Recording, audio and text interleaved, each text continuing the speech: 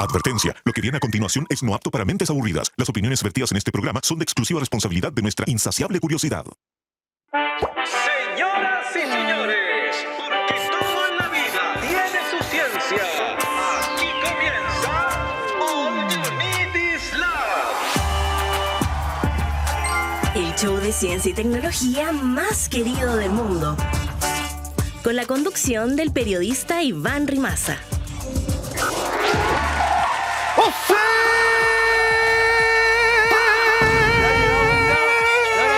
¿Cómo están? Bienvenidos a una nueva edición completamente en vivo y en directo de All You Need Is Love desde el estudio 589 de TV USACH, también completamente en vivo por Radio USACH, la 94.5 FM, ambas señales universitarias. Y recuerda que también puedes seguirnos por Instagram, @TV USACH, nos puedes seguir ahí completamente en vivo. Si es que se te antoja también, hay maneras de comentar e interactuar completamente en vivo con nosotros a través de las redes sociales. También tenemos los capítulos disponibles en YouTube, en Spotify, por si los quieres revisar ahí también. Y ojo que no solamente tenemos los capítulos disponibles, sino que también hay repeticiones de lunes a viernes. También puedes ver por TV USACH a las 7:30 de la tarde, All You Need Is Love, la versión Lake, la versión atardecer, la versión sunset, para que con una cervecita y con un DJ te puedas poner ahí en la tarde a ver nuestro programa de ciencia a la hora que se te antoje. Oye, una pregunta para empezar este programa.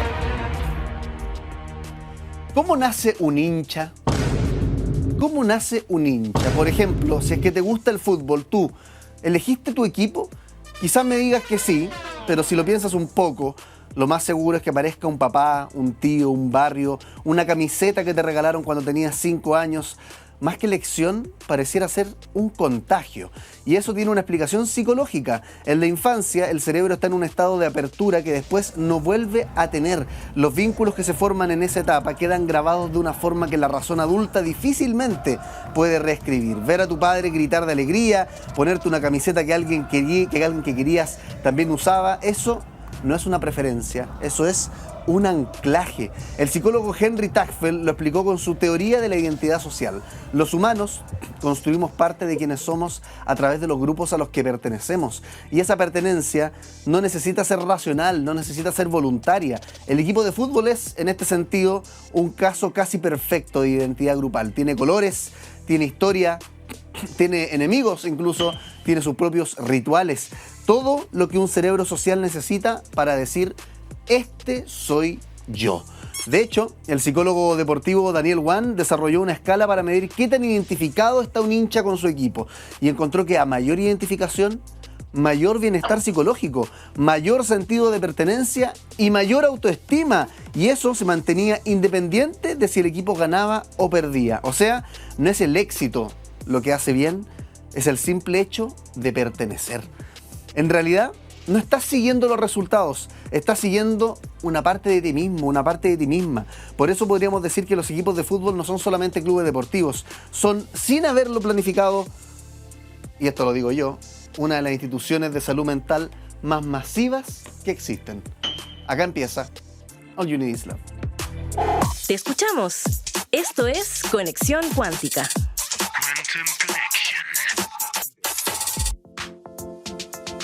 Redes sociales, tenemos varias de ellas, @TV USACH, @Radio USACH, @Diario USACH y @USACH Oficial. En todas esas plataformas nos puedes encontrar con nuestros reels exquisitos que subimos día a día. De hecho, lo interesante de nuestras redes sociales es que no solamente vas y te diviertes, sino que también aprendes curiosidades, como por ejemplo... neuronas. ¿Qué fue esa estupidez? Sí, es que hasta cuándo, yo voy a decir acá... tarjeta amarilla. Sí, tarjeta amarilla para el director de este programa. ¿Qué fue ese sonido? Directo desde la ultratumba, directo desde el mundo del torneo de Cell. No sé de dónde salió ese sonido, pero bueno. Ejemplos como el botón del semáforo sirve de algo, la marihuana mata neuronas, el circo es más chileno que el rodeo, y la respuesta a todas esas preguntas las puedes encontrar en nuestras redes sociales escaneando un código QR que de hecho aparece aquí abajito a la derecha de tu pantalla. Lo escaneas con tu celular y te vas derechito a nuestras redes sociales: Instagram, @TV USACH, Diario USACH, Radio USACH y USACH Oficial. ¿Quieres ver una muestra? ¿Una muestra de lo que hacemos nosotros en las redes sociales? Mira esto que subimos ayer. Entré en una cancha de pádel, te llegaron pelotas. Entre un ring te pueden llegar varios coscachos. Agarrarse a combos no es deporte.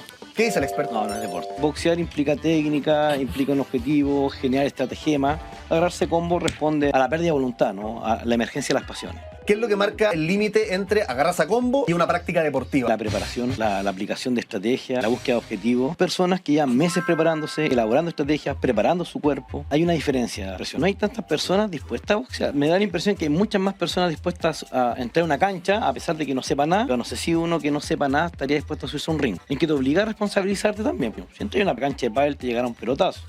Entre un ring te pueden llegar varios coscachos. Y hoy día con los influencers como Ibai o el delantero no están necesariamente surgiendo nuevos deportistas. Pero sabes que me da la impresión que han aumentado la cantidad de clubes. El box hoy día también se envuelve en otro manto. La búsqueda del desestrés, por ejemplo. Ir a pegarle un saco porque chato la pega. Y ha ocurrido, ¿no? Y eso genera también de alguna forma que el box está tanto para la práctica cotidiana, pero también para la búsqueda de la competencia. Me da la impresión que la búsqueda de la competencia no ha seguido esta rueda girando tanto. Fascinante conversación que teníamos con Daniel Briones, experto en historia del deporte, a propósito de la velada de Ibai Llanos, que apenas termina el Mundial va a estar ahí a la vuelta de la esquina, ¿eh? Se van a agarrar a combo algunos influencers, y de hecho acá en Chile también existían algunas parecidas con el delantero, influencers que se agarran a combo en nombre del deporte, en nombre del espectáculo. Por eso le hacíamos la pregunta, ¿agarrarse a combos es un deporte? Y él nos explicaba que una cosa es el boxeo y la otra cosa es agarrarse a combos. Claro, agarrarse a combos es simplemente descontrolarse. ¿Qué es lo que nos decían ustedes en los comentarios? Los leemos. Pita Corellos, por ejemplo, dice: el boxeo es uno de los pocos deportes que ya practicaban los griegos, según Homero, dice, en la Odisea. Alexei Vivich, ¿cómo se llama esta cuenta? Alexei Evichevik. Alexei Evichevik. Es como el... ¿Cómo se llama el no sé si es un europeo, gringo que pasea por Chile, que se llama como Alexei algo Sokolov?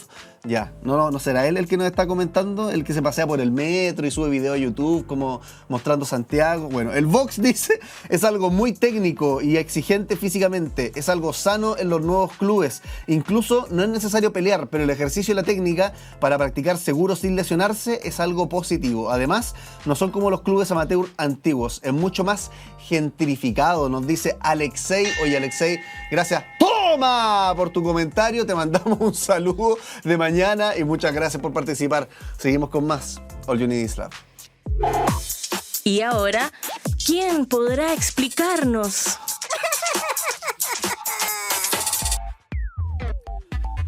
Vamos a hablar sobre Amor Microbiano, este libro de Cristina Dorador, que lo tengo en mis manos. ¿De qué se trata? ¿Cómo se moldean nuestros sentimientos en el mundo microscópico? ¿Qué relación tienen los microbios con el amor? Lo vamos a hablar con Cristina Dorador, justamente investigadora de la Universidad de Antofagasta y autora de Amor Microbiano. Te mandamos un aplauso, Cristina. ¿Cómo te va? Gracias por estar acá en el programa. Hola, Iván. Muchas gracias por la invitación. Estoy muy bien, gracias. Oye, Cristina, ¿qué diablos tienen que ver los microbios con el amor? Esa es como la primera pregunta que te hacen todos, supongo, con entrevistas de este libro, ¿no? Pero hay que partir por ahí, acá haciendo la aclaración del contexto. Bueno, lo primero es que el amor, ¿cierto? Es una relación entre las personas, también con los animales, ¿cierto? Estos sentimientos que convivimos entre los seres vivos. Pero hay que comprender que nosotros, como seres humanos sobre todo, la mitad de nuestras células son células microbianas y la mitad son células humanas. Entonces, inevitablemente, estamos intercambiando células todo el tiempo.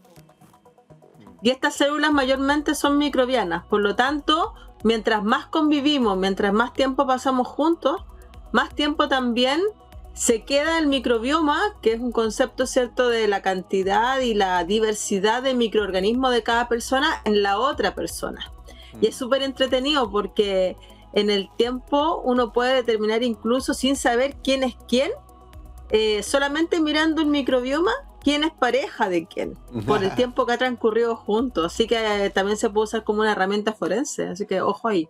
Oye, de alguna forma hay un concepto que a mí me encanta cuando hablamos de microorganismos y que es el holobionte, ¿no? Que de alguna manera nosotros los seres humanos somos muchos otros seres también y pocos somos de seres humanos, al final somos más bacterias, somos más microorganismos. Cuéntanos sobre este concepto del holobionte y cómo los seres humanos al final somos ecosistemas.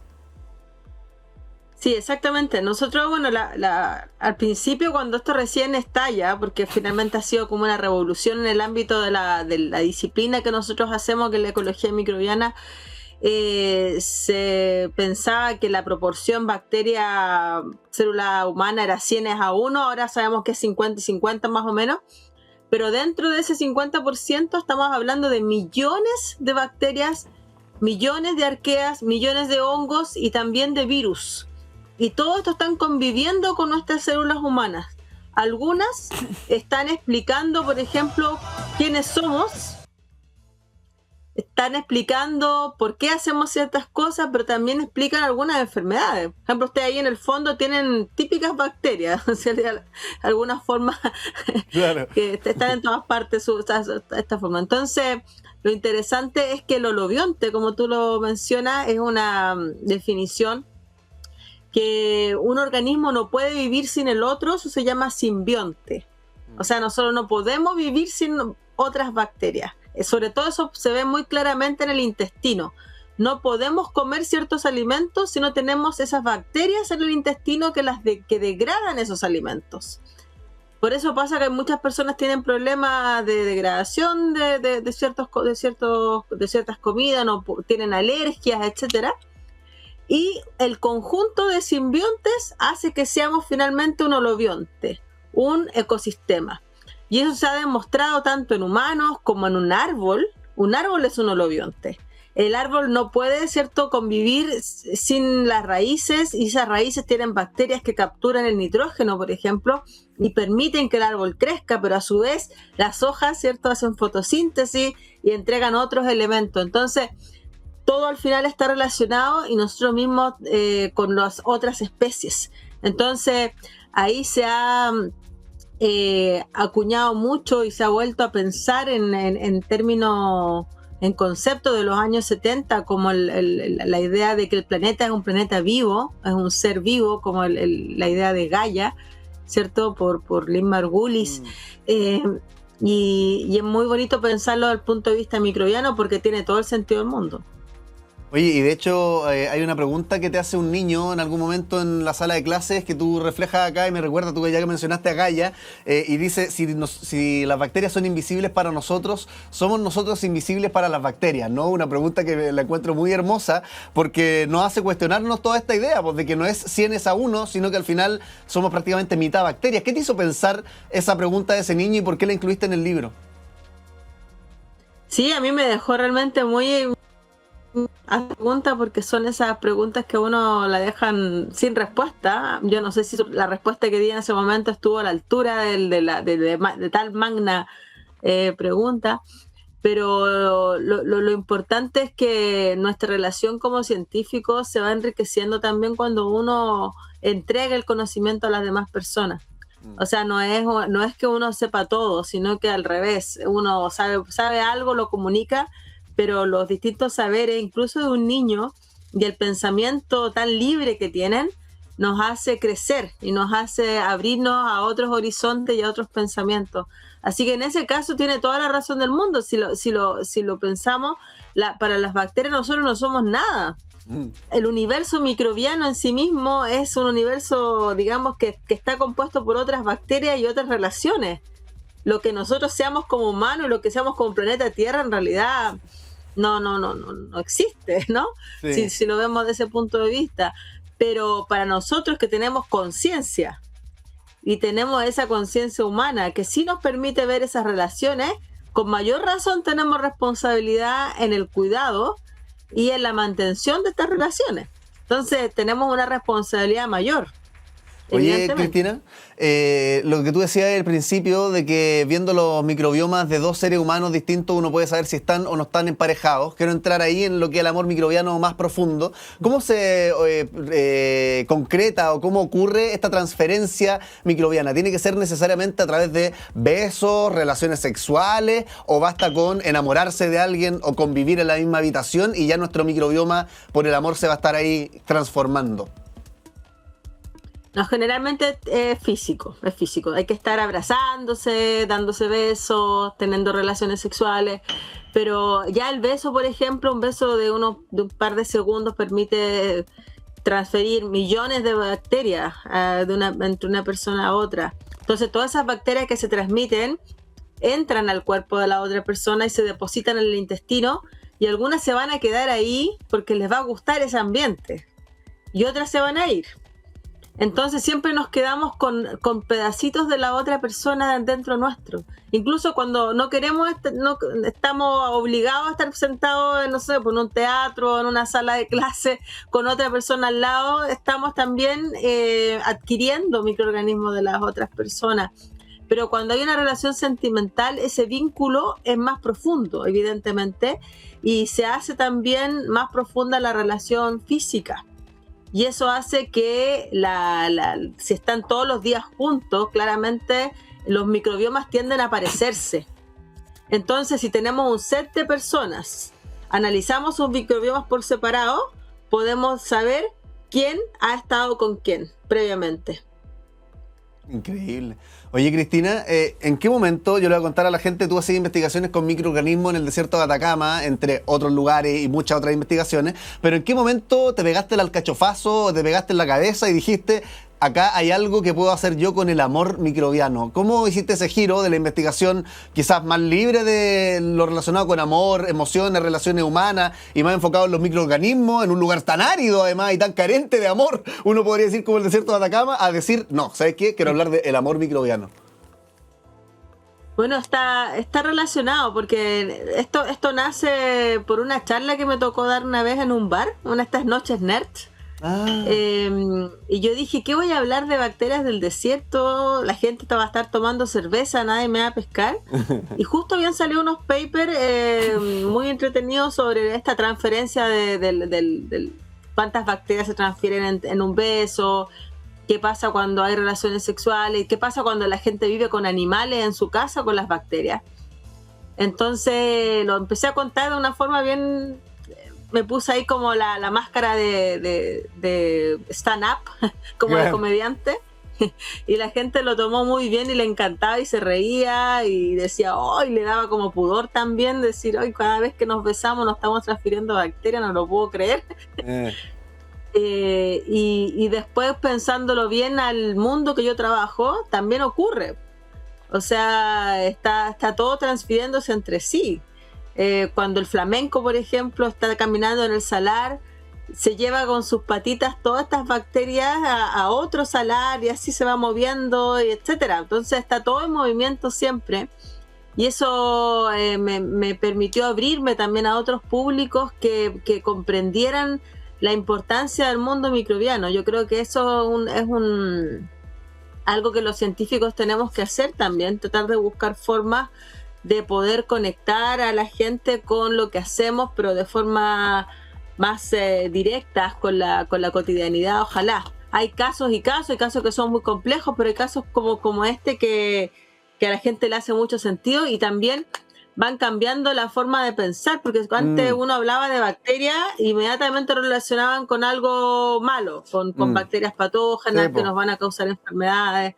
Pero ahora sabemos que son las menos en realidad y hay que cuidarse de eso. Oye, Cristina, te habrás dado cuenta, tenemos preguntas fascinantes en este programa, pero también tenemos juegos, como por ejemplo... ¡La Pecera! Y acá tenemos ya la pecera. ¿De qué se trata esta pecera, Cristina? Cada uno de los papelitos que hay acá adentro se corresponde con una frase, un facto. Nosotros le decimos que son frases provocadoras, reduccionistas, que uno puede escuchar en la calle o en las redes sociales relacionadas con microorganismos y amor. Amor microbiano en este caso. Entonces la idea es que yo saque uno de estos papelitos, lo digo a la cámara y si la afirmación que yo digo te parece que es falsa o matizable, tú haces la corrección. Es como un verdadero y falso en el colegio y lo desarrollas. Okay. Y si es que la frase te parece que es correcta, también lo confirmas y desarrollas por qué es verdadero. ¿Te parece que saquemos un papelito de la pecera? Dele nomás. Saquemos un papelito entonces. Estamos hablando con Cristina Dorador, investigadora de la Universidad de Antofagasta, autora de Amor Microbiano, este libro que tengo acá en mi mano y que hemos estado conversando los últimos minutos en la entrevista. Veamos qué es lo que nos dice la pecera para hablar sobre este tema. Elegimos pareja con la nariz. ¿Qué dice la experta? Puede ser uno de los factores si es que hay un match a nivel microbiano, porque con la nariz también olemos y pueden haber algunas bacterias, porque las bacterias también expelen ciertas sustancias que son aromáticas y que nos pueden gustar, y eso puede ser un símbolo de atracción. Antes se relacionaba mucho con las hormonas, pero también puede ser por las bacterias. Ahora, que sea el único factor, no necesariamente. Puede ser uno de los tantos factores que hacen que esta relación se haga mucho más sólida. Oye, genial. ¿Y qué tan chicas son estas bacterias, Cristina? Como para hacernos una idea, acá se habla de nanómetros, milímetros. ¿Cuál es la unidad para hablar de microorganismos? Micras, son 1 por 10 a la menos 6 metros. O sea, un metro lo dividimos en 0.6 ceros. Ese es el tamaño. Enanísimo. Es muy chiquitito. Enanísimo, sí. Pero no son tan enanos comparados con un virus, que es la 9. Son menos 9. Claro. Y un protista, por ejemplo, un hongo puede ser macroscópico o puede ser también microscópico como -2 o -3. O sea, hay algunos incluso que los podemos ver a simple vista. Cuando las bacterias causan infecciones, las podemos ver. Causan biopelículas, empiezan a producir biopelículas. Cuando la gente no se lava los dientes muy seguido, genera sarro, ¿cierto?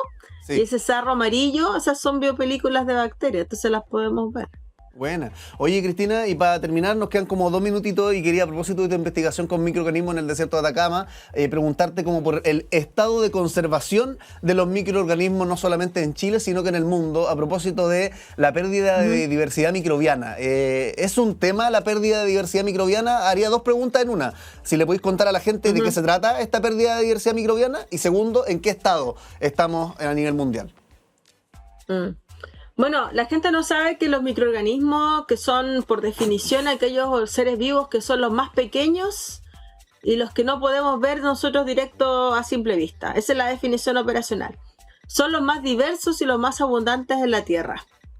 Y lamentablemente son los menos considerados. O sea, cuando uno habla de biodiversidad, nadie pesca a los microorganismos. No están en los paneles de discusión, no se consideran en los ámbitos de conservación ni de los planes de biodiversidad. Entonces también ha habido un gran trabajo en los últimos años de distintas organizaciones para poder incorporarlo. Ahora recién, a partir de este año y del año pasado, comenzó un grupo en el IPCC, de este panel de cambio climático, que incorporó los microorganismos, que son fundamentales en el cambio climático, porque son los que producen los gases de efecto invernadero y también los que mitigan esos gases, entre muchas otras cosas. Entonces, la pérdida de biodiversidad de microorganismos está acompañada directamente en la pérdida de hábitats, de ecosistemas. Entonces, cada vez que, por ejemplo, intervenimos un humedal, intervenimos el mar, intervenimos la tierra, un cerro, también se acaba con ello un hábitat microbiano, que es irrepetible, porque son muy locales. Entonces, lo que nosotros estudiamos en el norte son los salares, que son ecosistemas muy frágiles, que son, en el pasado fueron antiguos lagos, ahora son lagos salinos, pero que también tienen muchos otros hábitats típicos que viven flamencos, pero también ahora son fuentes de litio, entonces están siendo explotados, pero tampoco se está considerando la diversidad microbiana de los salares en esta nueva explotación, porque también es muy difícil. Entonces estamos frente a disyuntivas nuevas, complejas, pero que no podemos hacerle el quite. Y eso es como el mensaje, tenemos que enfrentar estas cosas complicadas, no podemos hacer como que si no existieran ni mirar para el lado. Y eso es lo que dificulta el tema. Pero claramente si nos quedamos sin microorganismos o con menos microorganismos, eso afecta directamente a la salud humana. Aumentan las enfermedades, aumenta también distintos tipos de problemas, aparecen nuevas, no sé. El COVID es un gran ejemplo. Una de las hipótesis más fuertes de por qué apareció el COVID es justamente la pérdida de diversidad microbiana. Porque este virus que apareció no tuvo otros eslabones donde saltar y infectar, sino que saltó directamente al humano. Entonces, es que seguimos perdiendo diversidad o biodiversidad microbiana, van a seguir apareciendo virus que nos van a afectar a nosotros directamente, y al no tener esa inmunidad previa, nos van a afectar y van a causar estos estragos como fue la pandemia del COVID-19. Cristina Dorador, autora de Amor Microbiano, investigadora también de la Universidad de Antofagasta. Te mandamos un aplauso, Cristina, a la distancia. Muchas gracias por conectarte en esta entrevista. Por la invitación. Que estés bien. Chao, chao. Gracias, que estés bien. chao. Chao, chao. Seguimos con más, ¿les parece? All You Need Is Love. La máquina del tiempo. ¿Cómo era la ropa interior en la antigüedad? ¿Cómo era la ropa interior en la antigüedad? En la antigüedad, la ropa interior no era una prenda universal ni tenía el mismo sentido que hoy. Su función principal era proteger el cuerpo, cubrir las partes íntimas y, en algunos casos, ayudar a soportar, me encanta, ayudar a soportar la vestimenta exterior o bien facilitar el movimiento. En Egipto, por ejemplo, música de Egipto, cada vez que hablamos de Egipto, una de las formas más antiguas de ropa interior fue el taparrabos, una pieza de lino usada por hombres de distintas clases sociales y en ciertos casos también bajo otras prendas. Hallazgos en la tumba de Tutankamón han mostrado cientos de estas piezas plegadas, lo que confirma que no eran solamente objetos simbólicos, sino parte de la vida cotidiana. En Grecia y Roma la lógica fue parecida, aunque con diferencias culturales importantes. En el mundo romano se usó el subligaculum,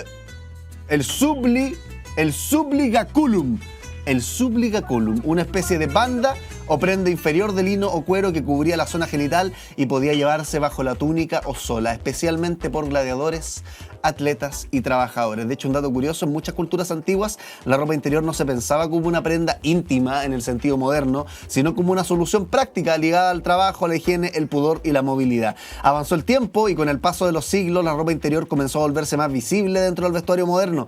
De hecho, seguía siendo muy distinta de la actual. En la Edad Media, hombres y mujeres solían usar prendas de lino debajo de la ropa principal como camisas largas o piezas ajustadas a la cintura, aunque sin un sistema estandarizado de ropa interior como el que conocemos hoy. En el caso femenino, los estudios históricos muestran que los primeros soportes para el busto existían, pero no como sujetadores modernos. En la antigüedad clásica ya aparecen referencias a bandas o cinturones de apoyo para el pecho y la investigación reciente ha demostrado que las prendas de sujeción son mucho más antiguas de lo que se pensaba. En la actualidad, la ropa interior está diseñada para funciones muchísimo más específicas: comodidad, ajuste anatómico, soporte, higiene y también estética. Existen de hecho materiales elásticos, transpirables y técnicos que responden a usos deportivos, médicos y de moda, algo muy lejano a los simples paños o bandas que se ocupaban en la antigüedad. Lo más llamativo es que pese a la enorme evolución de materiales y diseño, la idea de fondo sigue siendo la misma: cubrir, proteger y acompañar al cuerpo. La ropa interior moderna es, en cierta forma, la heredera de aquellas primeras piezas de lino, cuero o tela que aparecieron miles de años atrás en la época de Grecia, Roma y Egipto, donde se andaban tapando el rabo con piezas de lino. Hoy día, por suerte, hay tecnología, algodón y telitas más suaves para no dañar nuestra hipoalergénica piel. Nos despegamos brevemente y volvemos con más All You Need Is Love. Hagamos la corta. Ciencia al paso.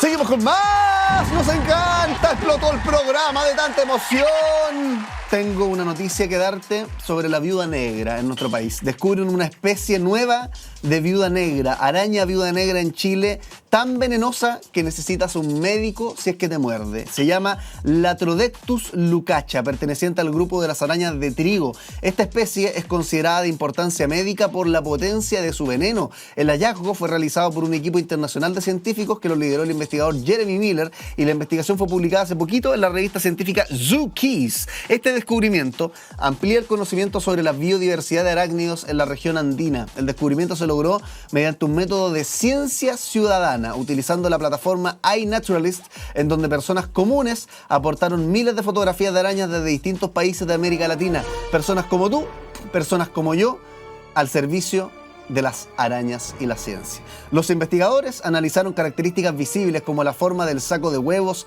y patrones de coloración, y a partir de estos datos lograron identificar múltiples registros de esta nueva especie. El enfoque permitió aprovechar la colaboración masiva para avanzar en la investigación científica. Y el hallazgo, como te decía, se dio a conocer hace poquito en esta publicación, donde nos dice que la araña habita principalmente en los valles de la cordillera de los Andes. Se han registrado ejemplares en países como Chile, Perú, Bolivia y Ecuador. Prefiere zonas cálidas y templadas, especialmente en entornos rurales y agrícolas. En estos lugares se alimenta de insectos como escarabajos y caballitos del diablo. Su presencia en distintas zonas nos confirma entonces una distribución bastante amplia en la región andina de nuestro país. El descubrimiento permite diferenciar especies de viudas negras que son visualmente muy similares, y también aporta información súper relevante para comprender la biodiversidad en América Latina, porque el veneno potente la convierte en una especie relevante para la salud pública y evidencia el valor de la ciencia ciudadana en la investigación científica actual. Mira cómo la comunidad y los expertos colaborando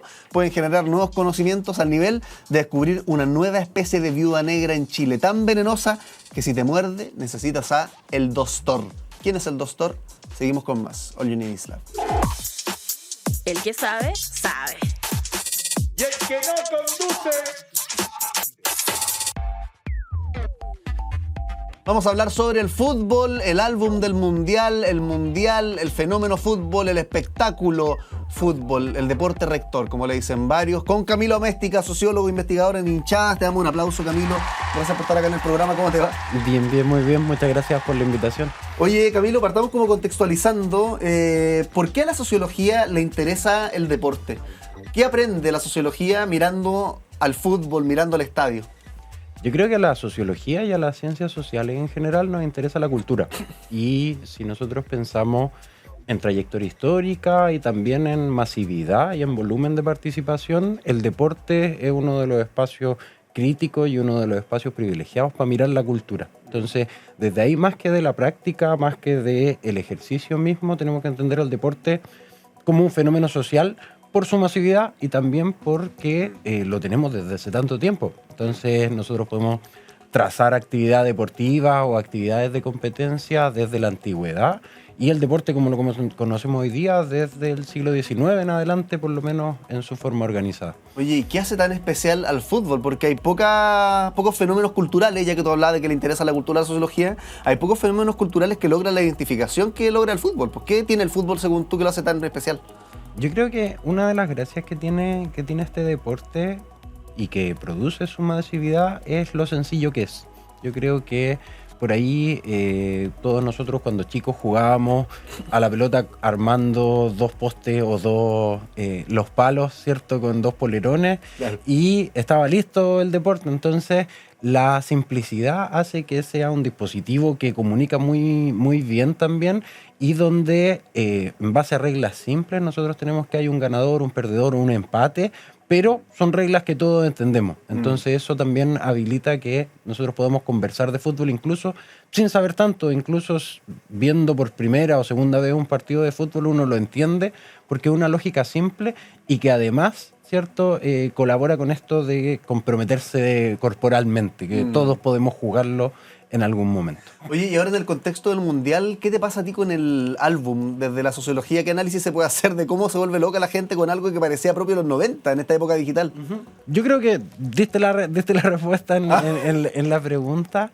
Yo lo veo por tres partes en lo fundamental. Primero, que el álbum como objeto y las láminas como objeto no es cualquier objeto, no es cualquier objeto de moda. No es, por ejemplo, el chocolate de Dubái, que uno lo compra, se lo come y se acabó el chocolate y se acabó el objeto de moda.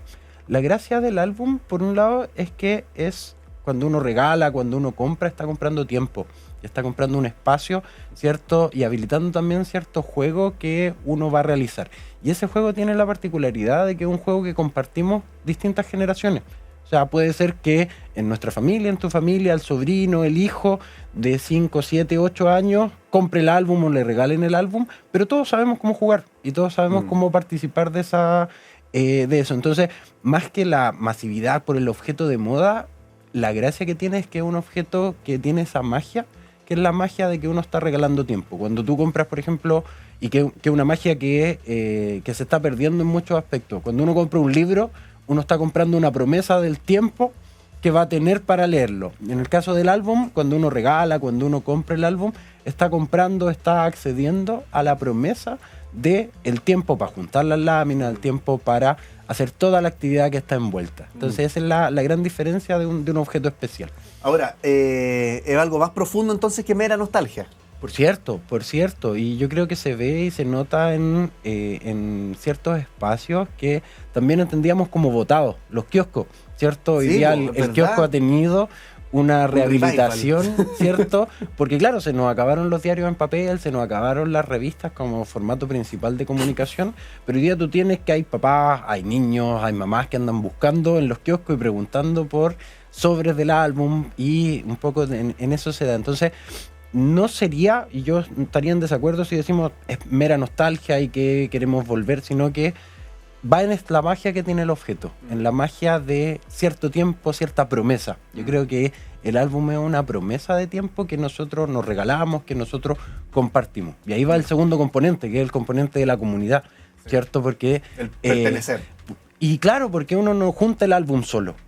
O sea, podría ser cierto en ciertos contextos, pero en general uno se incluye y el álbum es la excusa para incluirse dentro de ciertas comunidades. Está la lógica del intercambio también. O sea, el Por intercambio cierto, es otro fenómeno social. O sea, sale el que uno lo hace en conjunto. Es una empresa, podríamos decir, que se acomete de conjunto donde nosotros coleccionamos, donde nosotros intercambiamos, donde se crean también, ya son muy interesantes, estas pequeñas mitologías de oye, la lámina holográfica con 5 estrellas, o a alguien le salió la lámina de Messi, claro, o la lámina de Cristiano. Yo creo, y lo conversábamos con colegas el otro día, solo el señor Panini puede saber cuántas láminas de Messi hay impresas, pero en general esas mitologías se crean no porque uno las invente solo, sino que porque están en comunidad, están puestas, ¿cierto? Y que el abuelo, el tío pueda decir, no, yo junté el álbum del 98. Y entonces se hacen y ahí un poco se articula la magia de este dispositivo que es el álbum. Oye, es fascinante porque tiene algo de similar con lo que son las hinchadas, que ya lo vamos a hablar más adelante, también en el sentido de comunidad, ¿no? De pertenecer a un grupo y no necesariamente voluntariamente.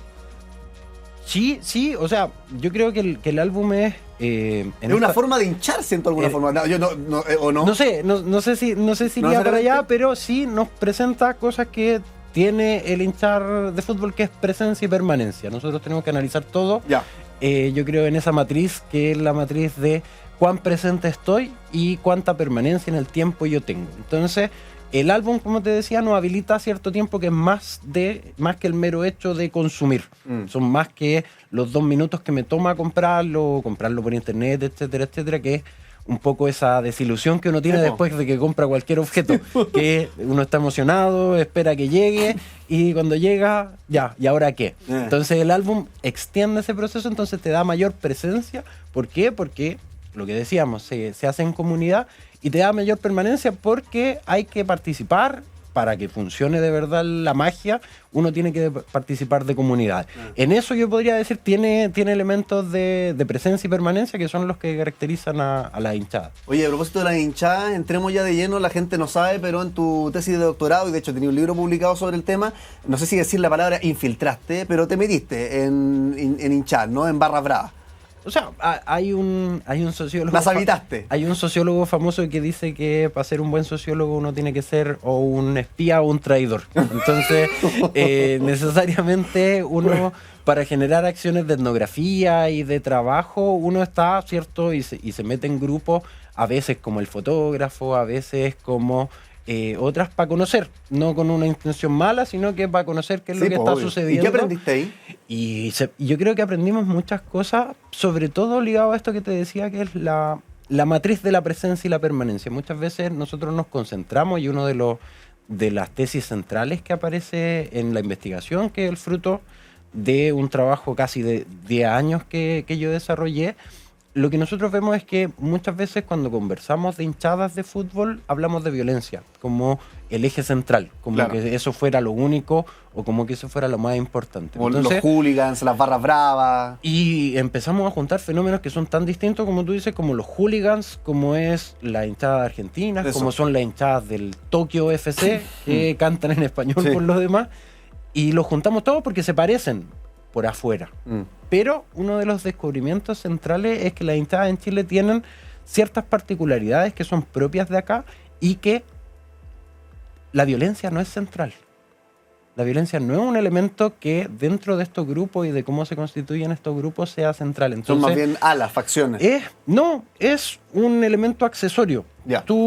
Y lo central en esto es, y para explicarlo así como lo más didáctica posible, lo central no es la violencia. Quién es más violento, quién es menos violento, incluso no hay una definición clara de lo que es la violencia en el fútbol, pero sí lo importante es cuán presente y cuán permanente es tu presencia dentro de estos grupos, cómo tú creas comunidades dentro de grupos. Y esto se sale un poco de ese margen o de ese marco que nosotros tenemos regularmente, que tenemos algunos que dicen, no, es un grupo criminal, y por otro lado algunos que dicen, no, es que son víctimas de la sociedad. No, esto no va a una lógica apologética o de decir de pobrecitos, sino que es en base a un hecho que es una cuestión evidente, pero que no sabemos reconocer. Las hinchadas de fútbol son hoy día, y desde por lo menos hace 30 años en Chile, el grupo cultural más importante en volumen y en participación que existe. Y perdóname eso, si nosotros juntamos todos los partidos políticos, Eso te iba a decir, sí. todos juntos, si nosotros juntamos por ahí todas las denominaciones religiosas que existen y las juntamos, en volumen andan por ahí y menos que lo Todas que las hinchadas mueven las hinchadas de fútbol un fin de semana. Entonces, Un fin de semana. un fin de semana, o sea, y eso sin contar, por cierto, lo que es el fútbol amateur, ¿cierto? Que también tiene sus lógicas de movilización de aficiones deportivas. Entonces, hay que partir de la base de que existen, hay que partir de la base de que son el fenómeno cultural más importante juvenil en Chile, y desde ahí partir diciendo, mira, no podemos interpretar esto solo como violentos, no violentos, sino que hay que entrarle un poquito más y a analizar lo que nos proponen a la sociedad. Oye, me interesó profundizar en los conceptos de presencia y permanencia que mencionabas tú. ¿Cómo se visibiliza qué es la presencia y la permanencia en un hincha? ¿Es como qué tan de cartón erís? ¿Como qué tanto estáis ahí? Por cierto, o sea, yo creo que lo dicen muy bien, que pensémoslo como un grupo de amigos. Cualquier grupo de amigos, en tu grupo de amigos, si tú no estás yendo a las reuniones, a las reuniones que hacen de amigos, si tú no participas, si tú te perdiste, ¿cierto? Eres menos amigo. Si nosotros eso lo llevamos a la hinchada, si tú no estás participando recurrentemente de las actividades de colaboración, las actividades de afición, que son las que un poco nos mueven, eres menos hincha. Entonces, la lógica en esto es en un continuo, ¿cierto? A mayor presencia, mayor permanencia, nosotros tenemos, ¿cierto?, mayor prestigio. Y a menor presencia y menor permanencia, más de cartón, más de menos hincha. Entonces, hay que reconocer, por cierto, que es muy distinto participar y decir, mira, ¿sabéis qué? Yo soy hincha de este equipo, pero hace 20 años no voy al estadio, hace 20 años no veo un partido. Me entero de las noticias por el diario, me entero. Es distinto de alguien que articula su participación de una hinchada o de un proceso colectivo como este, yendo todos los fines de semana al estadio o estando atento. ¿Por qué? Porque tiene una cosa bien interesante en las hinchadas de fútbol, es que no sirve para nada. Ser de un equipo de fútbol no sirve para nada, no me da algo que es un poco la lógica de rendimiento que nosotros tenemos en la Políticamente es sociedad muy actual. rebelde contra el sistema actual, ¿ah? Porque Como no sirve, producir. no produce, no genera, no te da plata, no te da, salvo esa cuestión que es que te da la alegría. Y en todos los equipos de fútbol de Chile y del mundo tenemos que este equipo me da alegría. ¿Cómo cuantifica eso? ¿Cómo eso tú lo llevas a decir, mira, ¿sabéis qué? Esto es lo que yo gano? No se gana nada, no sirve para nada. Y un poco en esa lógica es la gracia de cualquier fenómeno artístico. Si tú te dedicas al baile, si tú te dedicas a cantar, en el fondo el arte no sirve para nada, ¿cierto? No tiene un rendimiento, no tiene una productividad. Lo mismo las hinchadas de fútbol. Es un grupo de amigos, o son grupos de amigos colectivos, ¿cierto?, que se articulan en torno a la participación de algo que no sirve para nada, pero que en el fondo es de nuevo, lo más importante que nosotros tenemos en la sociedad. Oye, Camilo, te habrás dado cuenta, tenemos preguntas fascinantes en este programa, pero también tenemos juegos. Ya, como a por ver. ejemplo, La ruleta. mira, y tenemos acá esta ruleta. ¿De qué se trata la ruleta, Camilo? Cada uno de los colores de la ruleta se corresponde con una pregunta que la gente se puede hacer en la calle o en las redes sociales sobre los hinchas o sobre las hinchadas. Entonces la idea es que yo gire esta ruleta, cuando se detenga en un color voy a decir la pregunta a la cámara y tú la respondes lo mejor que puedas, como si fuera la pregunta de un niño curioso, que hay que darle en el Perfecto, gusto con una respuesta. perfecto. Giramos la ruleta entonces a la cuenta de 1, 2 y 3, mientras conversamos con Camilo Améstica, sociólogo, investigador en hinchadas, hizo su doctorado en este tema y estamos hablando justamente sobre aquel tema. ¿Dónde se detiene la ruleta? Color rojo, rojo claro o naranjo oscuro, como le quieran decir, rojo hinchada, podríamos decir, rojo pasión. Vemos qué color se corresponde, qué pregunta se corresponde con este color para Camilo Améstica. ¿Cómo nace un hincha? Responde el experto. Nace de la misma manera, yo diría que nacen todas esas aficiones de infancia, que es bajo un formato medio casual, medio de rebote, medio de alguna casualidad. Puedo contar mi experiencia, como yo me hice hincha del equipo que soy, por una leche con chocolate. Y hasta hoy día me molestan con eso. Un tío me dijo, tú eres de este equipo y te regalo una leche con chocolate. Yo dije, ok, debo haber tenido como 4 años, y ahí yo definí mi afición, que iba a ser la afición. Hoy día tengo 38 años, ¿cierto? La afición que por 30, 34 años he mantenido a partir de esos elementos casuales. Entonces, no es tan importante, yo diría, cómo uno empieza, sino que cómo uno significa eso y cómo uno empieza después a decir, mira, sí, compartimos estos elementos, compartimos estos símbolos, compartimos este gusto que tenemos, que de nuevo no sirve para nada. Lo compartimos y nos articulamos y nos juntamos con otra gente que también comparte ese gusto. Oye, Camilo, ¿y hay alguna diferencia entre ser hincha de la selección versus ser hincha de un club? Yo creo que podemos mirarlo de lo mismo que veníamos conversando. ¿Cuánto, y yo te pregunto de vuelta, así como cuánto de presencia y cuánto de permanencia te pide ser de la selección? Menos, No es po. tanto, No, no po. es tanto, es poco, ¿cierto? Una vez cada 6 meses, ¿cierto? Y que hace también que uno vea en los estadios que una participación también que es casi una identificación con ser chileno. Cualquiera se puede poner una camiseta de la selección chilena y no significa que yo participe de un colectivo. Puedo ir a los partidos, a todos los partidos, pero son una vez cada 6 meses. Entonces, menor presencia, menor permanencia. Y esto pasa no solo en Chile, sino que en todas las sociedades donde nosotros tenemos, y son chistosos los documentos, los memes que han salido, por ejemplo, de la selección de Estados Unidos. No sé si lo has visto, que un poco están tratando de buscar cómo se hace esto para hacer de la selección de Estados Unidos. Porque no tienen un equipo nacional, hasta ahora no tenían un formato nacional, la NBA no es nacional, ¿cierto?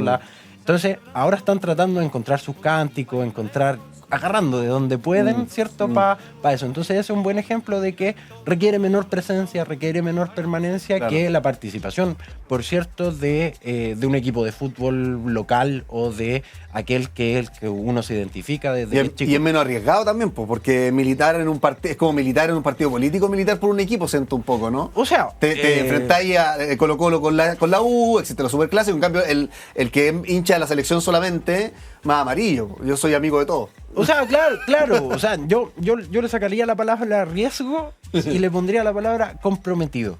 Ya. Requiere menos compromiso. Entonces, por cierto que para ser hincha de la selección uno puede ser hincha con una parrilla, poniendo la tele en la casa y juntando a los amigos, y eso fue. Entonces, requiere menor compromiso que la participación de verdad de una hinchada de fútbol. Entonces, esa es un poco la gran diferencia, más que en el símbolo que esté detrás, la camiseta roja, la camiseta blanca, la camiseta azul. Lo que está ahí es cuánto compromiso estoy dispuesto yo a ponerle. ¿Cuán amigo quiero ser de mis amigos? ¿Cierto? Lo mismo que en un grupo de amigos.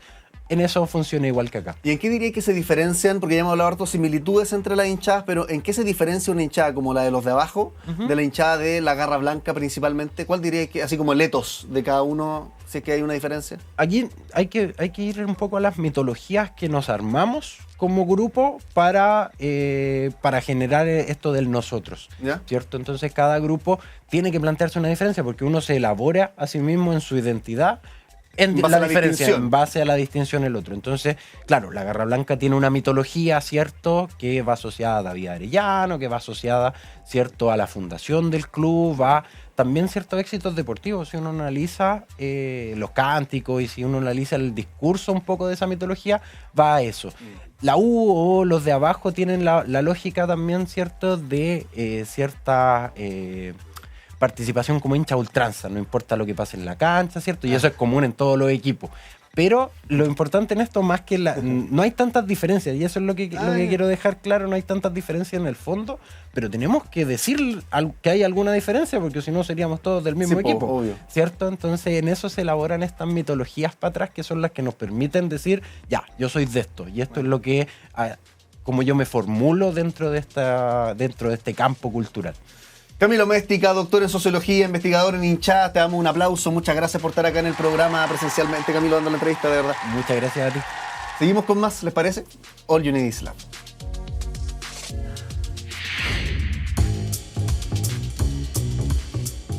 Hablamos de todo en este programa, empezamos hablando de fútbol, en la primera mitad también hablábamos sobre el amor microbiano. ¿Puede el amor ser microbiano? ¿Enamorarse cambia nuestras bacterias?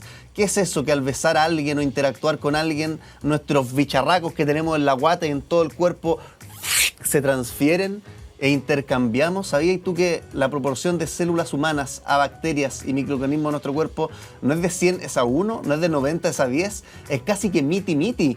Somos más bacterias que ser humano prácticamente, así que por eso en el amor también hay microbios. Y hablábamos recién sobre fútbol e hinchadas. ¿Qué es lo que pasa con el álbum del Mundial que genera tanta locura a propósito del Mundial que está ocurriendo ahora, 2026? Todavía le quedan algunas semanitas por delante. Y aprovechamos de hablar también de las hinchadas con Camilo Méstica, que todavía nos está acompañando acá en el estudio. Seguimos en otro momento, de lunes a viernes. Recuerda, de 11 de la mañana al mediodía, completamente en vivo por TV USACH y por Radio USACH. Que estés bien. Chao, chao. Que no tiene de dónde se compra un auto.